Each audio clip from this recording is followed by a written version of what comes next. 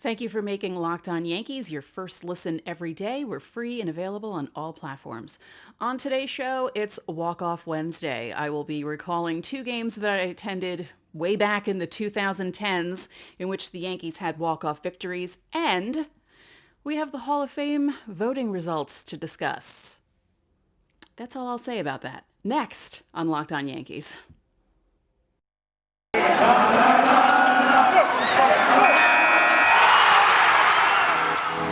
You are Locked On Yankees, your daily New York Yankees podcast. Part of the Locked On Podcast Network, your team every day.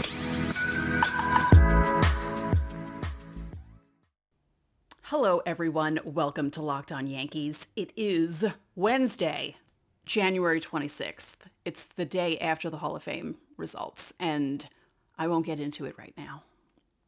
We'll wait till the last segment. So that'll be your tease. I have lots to say, and I needed the day to gather my thoughts, which is why the show is kind of late, so I apologize for that. Before we get into it, you can watch us on YouTube. You can listen to us in Apple, Google, Odyssey, Spotify, Stitcher, and if you have a smart device, you can tell it to play Locked On Yankees. Yes. I do have many thoughts. This is bad. Anyway, I was trying not to be a bitter Yankee fan, but I'm going to be a bitter Yankee fan. I'll tell you that much right now. Oh, and for the rest of the week, just wanted to give you a heads up. This is a 5-show week for us on Locked On Yankees. Tomorrow's show is going to be a crossover with Lindsey Crosby of Locked On MLB Prospects, and we'll be talking about Yankees prospects. So I'm very excited about that. And then Abby will be back on Friday, and we will probably talk about more labor stuff because the owners and the players met yesterday, and whatever else happens if something else happens. So just wanted to give you a heads up on that. So let's go back to June 10th, 2012, our first walk-off. It was a Sunday game. It was when I had my Sunday tickets, and I actually wasn't sitting in my Sunday tickets. I gave them to my brother and his then girlfriend, and I sat with a friend of mine from Twitter in her section. So it was funny because the entire game, I was paying attention to the game, but I was also not spying on, but it was just funny because our seats were in the upper deck, not too far from my friend's seats. So I was watching my brother and his girlfriend.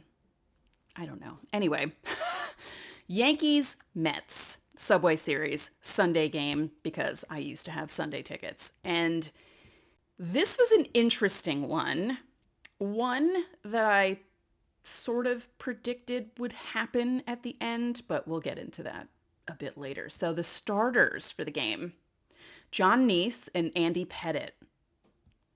Yeah. Remember when Andy Pettitte came back? That was the year. Let's go through the lineups because you know I love doing that. Andres Torres in center field for the Mets. Jason Bay in left field. David Wright, third base. Scott Hairston, right field. Lucas Duda. My dad used to say that all the time. DH. Vinny Rotino at first base. Omar Quintanilla, shortstop? Yeah. Mike Nikias, what is that? Catcher. I can't read. And Jordani Valdespine, second base. As I said, Neese was your starter. For the Yankees, Derek Jeter at DH, Curtis Granderson in center field, Mark Teixeira at first, A-Rod at third, Cano at second, Nick Swisher in right, Andrew Jones in left, Russell Martin was catching, Jason Nix was shortstop, and Andy Pettitte. Your umps for the day. Mike Wachlinski? Is that how you say it? That's not a familiar name, and I usually know all the other ones. Bill Welke, Chris Guccione, and Tim Sheeta. It was a 3-hour game. Michael Kay would have said it was unmanageable, even though it was 3:03. And start time weather was 81 degrees, and the wind was blowing in from left 5 miles an hour. It was actually a very nice day. I do remember that much. Now, the Mets were the first to score. Both Pettitte and Neese had 1, 2, 3 innings in the first. Then the top of the second, Hairston hit a double. Duda he didn't hit anything. He struck out. Then Rotino hit a single that scored Hairston. Ground ball through weak shortstop, and you can't blame Jeter for that because, as I said when I read off the lineups, he was DHing. That was Jason Nix's fault. So I'm always bashing Jeter for his horrible defense, and in that instance, it wasn't his fault. Rotino steals second. Quintanilla walks. Mike Nikias reaches on an E4. Fun. And then the runners advanced to third and second. Valdespin double scored both Rotino and Quintanilla, and that put the Mets up 3-0. And it would stay 3-0 for a while. It was 3-0 until the Yankees scored 2 runs in the bottom of the 7th. I almost said the top of the 7th, and they're at Yankee Stadium. And let's see how that happened. Oh, Russell Martin. That's right. Russell Martin. Okay, because this wasn't his only home run of the day. Cano hit a single. Swisher grounded into a double play, so there were 2 outs right away. Andrew Jones reached on an E5, and then Martin hit the home run that scored him and Jones. And both those runs were unearned because of Jones reaching on the E5. Then the bottom of the 8th, the Yankees scored 2 more to go up 4-3. Teixeira hit a single that scored Jeter and advanced Granderson to third. A-Rod hit a single to second that allowed Granderson to score. Teixeira made it to second. So it's 4-3 going into the top of the 9th. And this was after Mo hurt his knee, so Rafael Soriano was your closer. And he gave up back-to-back doubles to tie the game. 1 to Duda, 1 to, I keep saying Duda, to Ike Davis. Remember Ike Davis? There's a name that you haven't heard in a really long time. And then in the bottom of the 9th, Russell Martin came up against John Roush. Do you remember John Roush? He was that really tall dude. I think he was like 6'10", and he had a really horrible tattoo on his neck. And I looked at my friend and I said, why do I have a feeling Martin's going to walk off here? I feel it. I feel walk off right now. And on the 6th pitch he saw from Roush, hit it down the left field line for a home run. And at the time I was writing for a blog and I used to have to do recaps. And I did the recap when I came home and I said, Martin tattoos Roush for a walk-off win. I was very proud of that pun. Anyway, so the Yankees win that game 5-4. And I believe they won the Subway Series that weekend. I think, if I recall correctly, right? Yeah, they won Saturday. Oh, they swept it. Okay. I thought they won 2 out of 3. Huh. Okay. They swept it. Good for them. Yeah. Russell Martin, he was a good Yankee. I liked Russell Martin. It's funny when you think about all the different guys that played for the Yankees during those years. And, he was a solid addition. I liked him. And, he had 2 home runs that day, helped the Yankees sweep the Mets in a Subway Series. So good for him. It's the new year. We're still doing resolutions. I'm still sticking to mine. I'm working out. I can't believe I'm sticking to it, but I am. But if yours is also about getting fit and eating healthier, you should make sure that you include Built Bar in your plan. Built Bar is the protein bar that tastes like a candy bar, maybe even better than a candy bar. Built Bar makes it easier to stick to your resolution because it tastes so good you'll want to eat it. Unlike other protein bars, which may be chalky or waxy or taste like a chemical spill. You want to eat healthy, but it gets boring, and by week 3, you just might be thinking it's not worth it. Where's the chocolate? Built Bars are covered in 100% chocolate. They're also 130 calories, mostly, 4 grams of sugar, 4 net carbs, 17 grams of protein. And if you compare that to a candy bar, which usually has 240 calories, 30 grams of sugar, and dozens of net carbs. Even if you're not a huge fan of working out, you can at least eat something that tastes good and is good for you. That way, when you enjoy a delicious Built Bar, you can almost count it as a workout.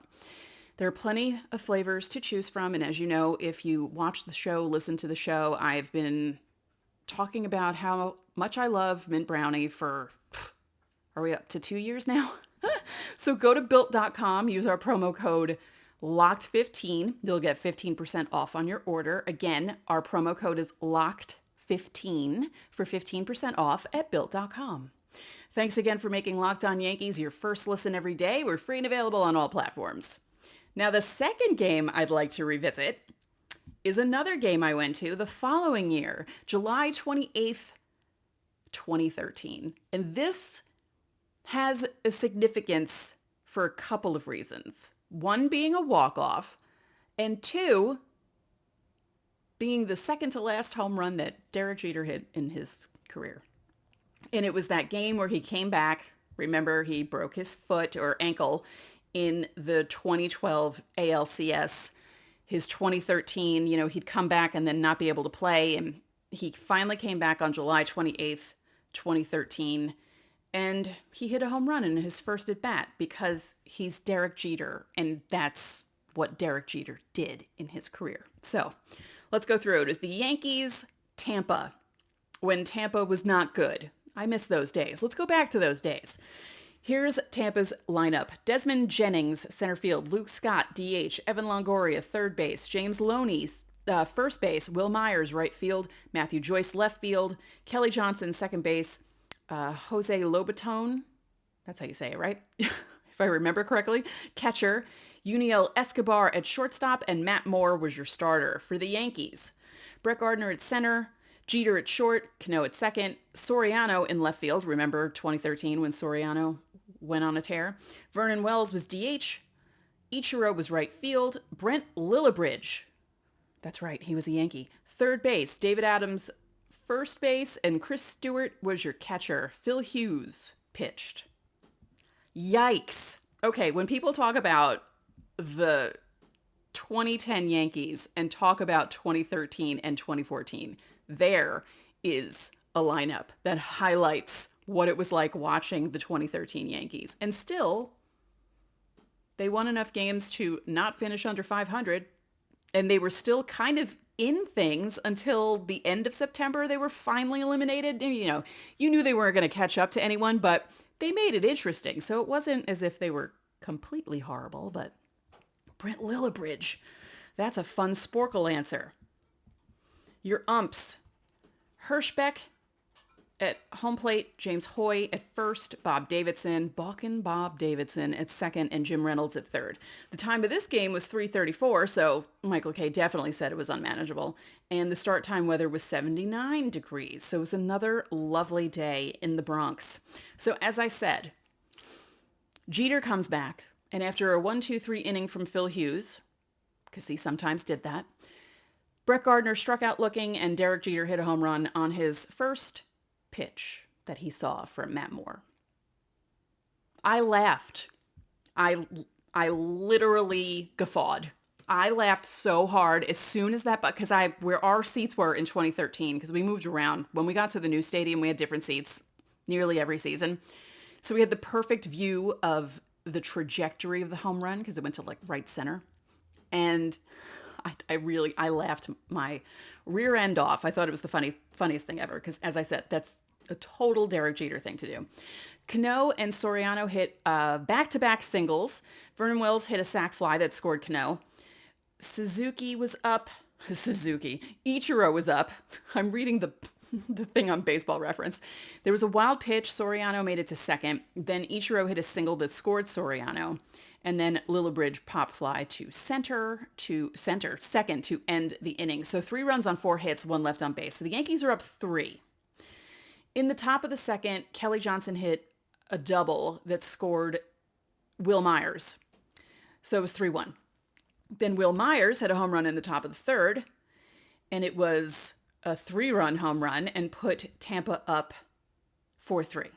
Then in the bottom of the third, Alfonso Soriano hit a 2-run home run. By the way, Jeter hit a single in his second at-bat, so he was 2 for 2 in his return.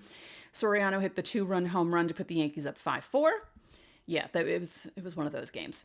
Top of the fifth, Will Myers hits a home run because Phil Hughes was home run prone, and it's tied 5-5. And it stayed tied 5-5 until the bottom of the ninth. Brett Gardner walked. Derek Jeter, while he was up, Jake McGee threw a wild pitch. Gardner made it to second. Then they intentionally walked Jeter. Cano struck out looking, and then Alfonso Soriano hit a first pitch single to center field that scored Brett Gardner, and the Yankees won. And Derek Jeter was part of that too because he made it on base. He didn't score. He didn't need to because he wasn't the winning run, but he was part of it. But Soriano, hit a home run earlier in the game, hits the game-winning hit. Speaking of Soriano, let's talk about 2013.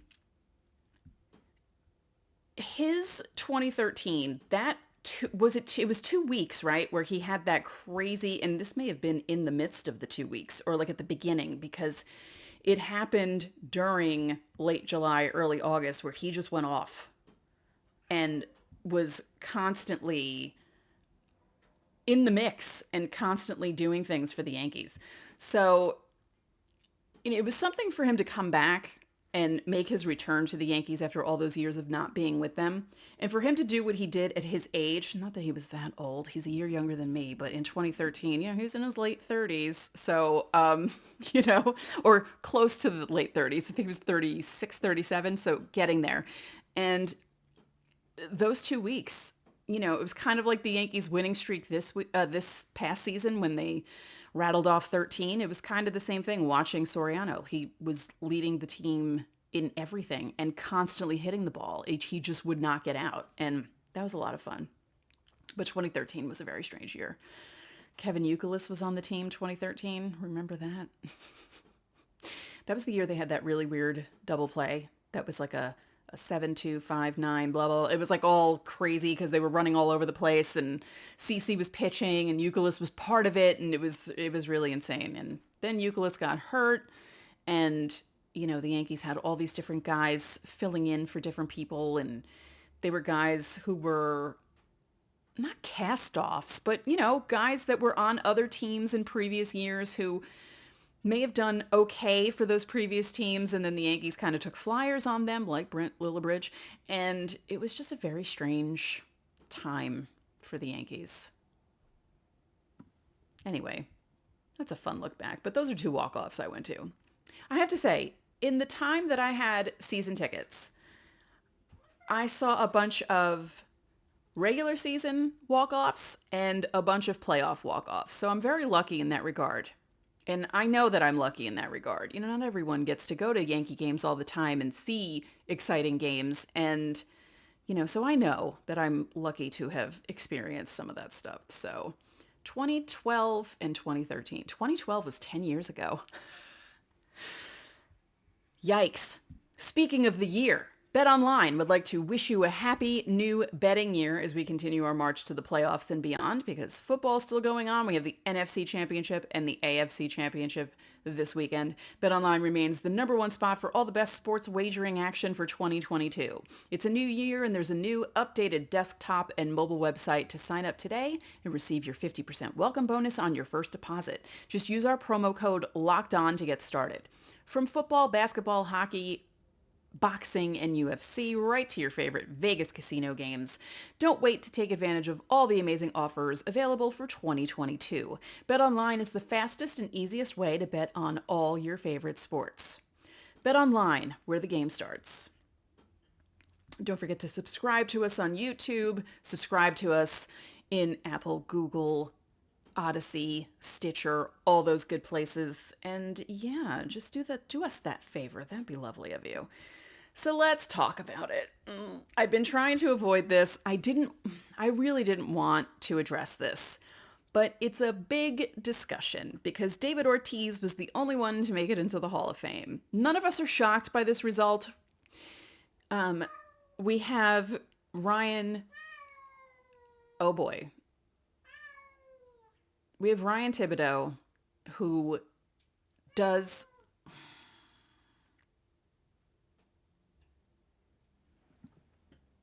Can you shush?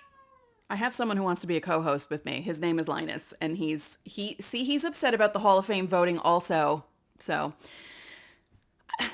all right. I don't think people are upset that David Ortiz got in. I think they're slightly annoyed that he got in so quickly. Because, baseball writers are always like, oh, certain guys shouldn't get in the first time and this and that, and then they elect him to go in. And Barry Bonds, Roger Clemens, Sammy Sosa, and Curt Schilling were up for their last year. Now, no one was expecting Sosa and Schilling. Schilling said he didn't even want to be voted in because of all the stuff that was happening with him in previous years. And it didn't look like Clemens and Bonds were going to make it in because usually Ryan Thibodeau will people will send him their ballots and let him know because he tracks the Hall of Fame votes. And usually the numbers drop off by like 10% of what we see because not every ballot is public. Not every ballot is public. So it usually falls off at least 10% or something close to that, somewhere within that range. And I think when all the public ballots were turned in, Ortiz was above 80. He finished at 77, around 77. So it wasn't like it was a landslide. He wasn't, there, it wasn't like a Jeter or a Mo or a Griffey or something like that. He made it in with a good number, 77. Clemens and Bonds were in the 60s. And I was just surprised to see so many people outraged that Clemens and Bonds didn't make it in their last year. This includes players who were tweeting about it. Anthony Rizzo, Kevin Gossman. Who's the third one? Now I can't think of his name. Gossman said something kind of funny too. Because he said something to the effect of, well, since Ortiz is in, shouldn't A-Rod, Bonds, and Clemens be in? I think he was alluding to the whole PED thing. Because, everyone likes to talk about, oh, well, Ortiz's results shouldn't have been leaked. All right, but he shouldn't have done steroids. And isn't he still looking for the person that accidentally gave him the steroids all those years ago? We're still waiting on that, aren't we? I will say this. There were also people who were talking about the fact that if Clemens and Bonds had better attitudes, that maybe they'd be in. That some of the writers have made it personal, which I found interesting. But there's also the other problem with Clemens and Bonds, the whole character thing. Bonds has had some issues in the past with domestic violence. Clemens had the affair with Mindy McCready. Let's not sugarcoat it. She was 15. He was well older than her. There are many things that were wrong with the two of them off the field, but none of those reasons are why the writers kept them out. It was all PED stuff. And it just seems hypocritical to me that the writers can be so hell-bent on keeping certain guys out who never tested positive for anything, and then elect the guy who did test positive, even though the results shouldn't have come out. And I'm not going to get into my whole feeling about the Mitchell report and how Mitchell was part of the Red Sox, and I feel like there were shenanigans going on back then, but I won't get into it. I'll just say that much, okay? The one thing I am glad about, at least Ortiz is in now. We don't have to hear about him anymore. There won't be any debates about him getting into the Hall of Fame. It's done. But I will say, as I said earlier, I was surprised by some of the people that I saw reacting to it and posting stats. Like Ortiz's WAR was only 51 because he didn't play a position. It was all offensive. And comparing his WAR to Barry Bonds. And I think someone said that the distance between Barry Bonds' WAR and David Ortiz's WAR is Alex Rodriguez's WAR. Like it's an insane number. So yeah, I don't know. I was very surprised to see that many people come out and kind of complain about it because,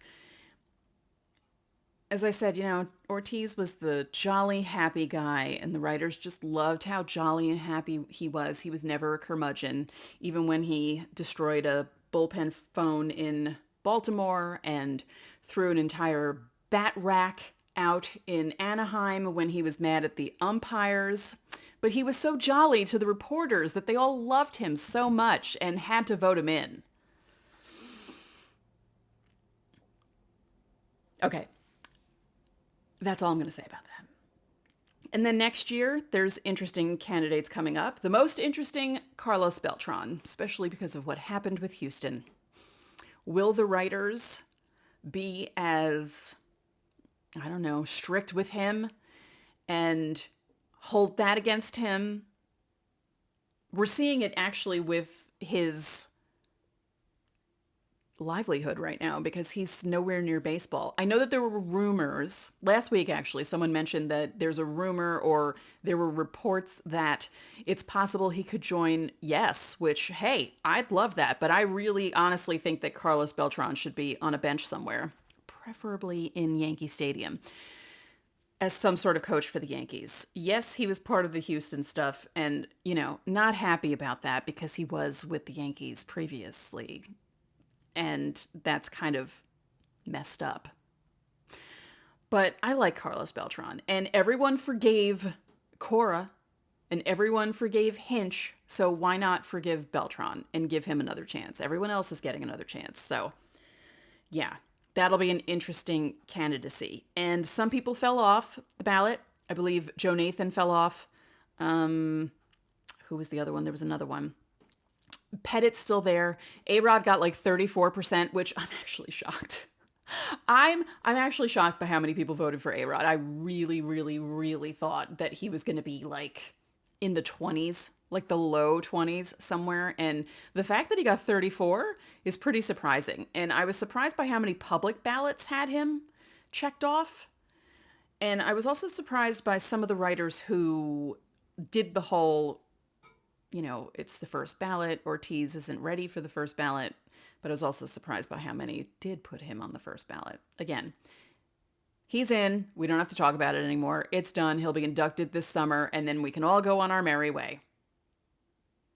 So as I said, crossover tomorrow. Lindsey Crosby will be talking about all of our wonderful prospects in the Yankee system. Ones you may know, ones you may not know. I'm very excited about this, and it should be a fun show. But for now, that's it for this episode of Locked On Yankees, which is part of the Locked On Podcast Network, your team every day. I'd like to remind you that you can listen to this show in Apple Podcasts, Google Podcasts, Odyssey, Spotify, Stitcher, or anywhere else you get your podcasts. And you can watch and subscribe to us on YouTube. And when you get into your car, you can tell your smart device to play podcast Locked On Bets. Now make your second listen Locked On Bets your daily one-stop shop for all your gambling needs. Locked On Bets is hosted by your boy Q with expert analysis and insight from Lee Sterling. One more thing, if you could be so kind, please rate the podcast and spread the word about this podcast to your fellow Yankee fans. We would really appreciate it. Enjoy your Wednesday, and I will talk to you all tomorrow.